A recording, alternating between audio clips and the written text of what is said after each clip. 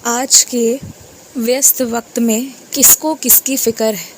कौन किसके बारे में बैठकर सोच रहा है कि किसका मंगल हो, किसका भला हो? और ऐसे वक्त में जो शख्स तुम्हारे घर पर आकर रह रहा है, सब कुछ देख रहा है, कर रहा है, तुम्हें खूब सहायता पहुंचा रहा है, अपने शरीर से श्रम करके तुम्हारे घर को और बेहतर बना रहा है ना, वो व्यक्ति तुम्हारे लिए देवता है, वो देवता समान है, वो मेरा भेजा हुआ वो दूत है जो तुम सबों के जीवन को उस तरह से ठीक करेगा जो तुमने अब तक कल्पना नहीं किया था या तुमने अब तक सोचा नहीं था। चमत्कार अब तक नहीं हुए थे तो क्या हुआ, अब चमत्कार होता देखोगे तुम। अब जो होगा ना, ऐसा पहले नहीं हुआ था, ये बात अब समझ आएगी तुम्हें।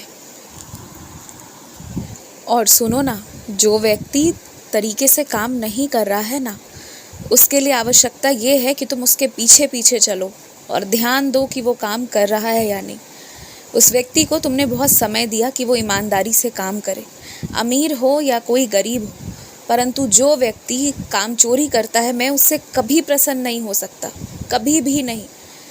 ये बहाना देकर कि मैं बहुत व्यस्त हूँ या ये बहाना देकर कि मैं आर्थिक रूप से कमज़ोर हूँ, कोई अगर काम चोरी करने की कोशिश करेगा तो मैं उसका साथ ना पहले कभी देता था, ना भविष्य में भी कभी दूंगा।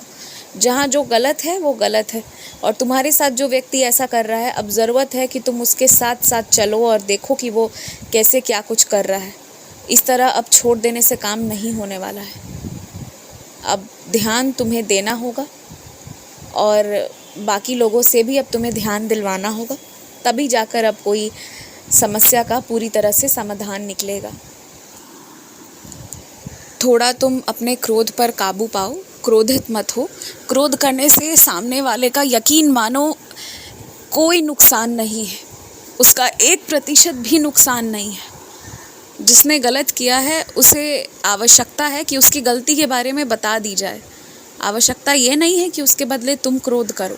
क्रोध करने से तुम अपनी शरीर को गला रहे हो, अपनी शरीर को तबाह कर रहे हो। अपने क्रोध पर तुम काबू पाओ, वो वैसे भी ज़रूरी है।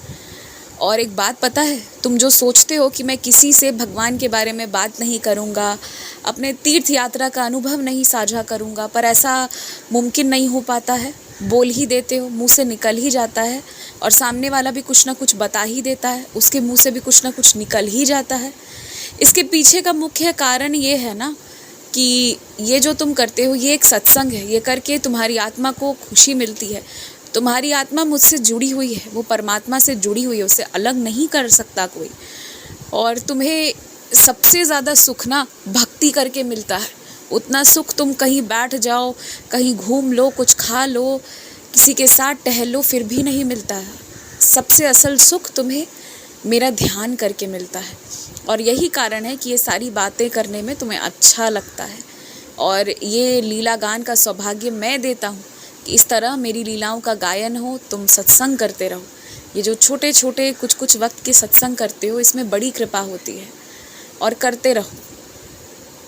और सुनो, मैं पुनः तुम्हारे घर पर छोटी सी विग्रह के रूप में आऊँगा और मुझे अपने बगीचे में स्थापित करके रखना। खुश रहो, पंछियों को दाना देना मत भूलना।